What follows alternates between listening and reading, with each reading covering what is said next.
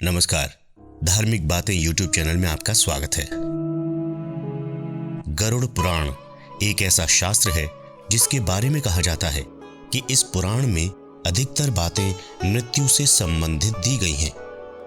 इस शास्त्र के अधिष्ठात्र देव की बात करें तो वो भगवान विष्णु हैं तथा इस ग्रंथ का नाम इन्हीं के वाहन गरुड़ जी के ऊपर रखा गया है। शास्त्रों में इन्हें विनायक, गुरुत्मत, तार्क्ष्य, वैंतेय, नागांतक, विष्णु रथ, खगेश्वर, सुपर्ण और पन्नगाशन आदि के नाम से भी जाना जाता है। कहा जाता है कि गरुड़ देवता को न केवल हिंदू धर्म में बल्कि बौद्ध धर्म में भी खास पक्षी के रूप में माना जाता है। बौद्ध धर्म की मान्यताओं के अनुसार गरुड़ को सुपर्ण यानी कि अच्छे पंख वाला पक्षी माना जाता है। तो वहीं जातक कथाओं में भी गरुड़ के बारे में कई कहानियां वर्णित हैं। धार्मिक मान्यताओं के अनुसार जब किसी व्यक्ति की मृत्यु हो जाती है तो घर में गरुड़ का पाठ किया जाता है। चलिए आज आपको थोड़ा विस्तार पूर्वक बताते हैं कि गरुड़ पुराण क्या है।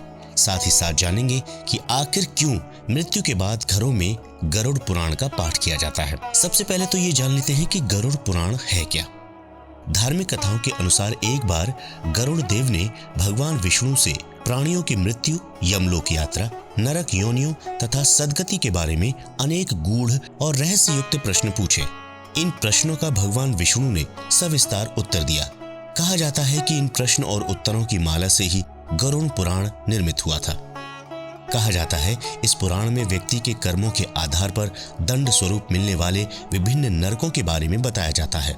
इतना ही नहीं, गरुड़ पुराण के अनुसार कौन सी चीजें व्यक्ति को सदगति की ओर ले जाती हैं, भगवान विष्णु द्वारा इसमें इस बारे में भी बताया गया है। इन रहस्यों के बारे में जानना मनुष्य के लिए बेहद जरूरी है। अब सवाल उठता है कि आखिर मृत्यु के उपरांत क्यों सुनाते हैं गरुड़ पुराण। कहा जाता है कि सनातन धर्म में गरुड़ पुराण में मृत्यु के पहले और बाद की स्थिति के बारे में विस्तार पूर्वक बताया गया है। आज इस वीडियो में हम आपको इसी के बारे में बता रहे हैं। अक्सर आप में से कई लोगों ने देखा होगा कि जब भी किसी व्यक्ति की मृत्यु हो जाती है तो उस व्यक्ति के परिजन घर में 13 दिन तक गरुड़ का पाठ करते हैं। दरअसल शास्त्रों के अनुसार जब किसी व्यक्ति की मृत्यु होती है तब आत्मा तत्काल ही दूसरा जन्म धारण कर लेती है। इस संदर्भ में कहा जाता है कि इस दौरान किसी को 3 दिन लगते हैं, किसी को 10 दिन तो किसी को 13 दिन लगते हैं और किसी को 1.25 महीना भी लग सकता है। परंतु जिन किसी की स्मृति पक्की, मोह गहरा या अकाल मृत्यु हुई हो उसे दूसरा जन्म लेने में कम से कम 1 साल का वक्त लगता है।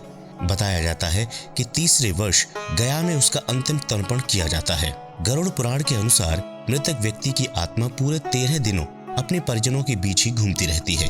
यही कारण है कि गरुड़ पुराण का पाठ रखा जाता है। कहा जाता है कि इसके माध्यम से इंसान स्वर्ग, नरक, गति, सदगति, अधोगति, दुर्गति आदि तरह की गलतियों के बारे में जान लेता है। इसके अलावा गरुड़ पुराण में भी मृतक व्यक्ति के आगे की यात्रा में उसे किन किन बातों का सामना करना पड़ेगा, कौन से लोक में उसका गमन हो सकता है, इस बारे में भी विस्तार पूर्वक बताया गया है।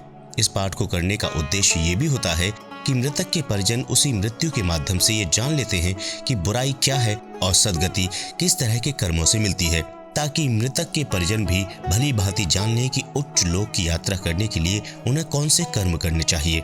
इन सभी बातों से यही अर्थ निकलता है कि गरुड़ पुराण हमें सत्कर्मों के लिए प्रेरित करता है, क्योंकि सत्कर्म से ही किसी भी व्यक्ति को सदगति और मुक्ति मिलती है। धार्मिक बातें यूट्यूब चैनल में आज के लिए बस इतना ही। आपको वीडियो कैसा लगा जरूर बताएं कमेंट सेक्शन में। नमस्कार।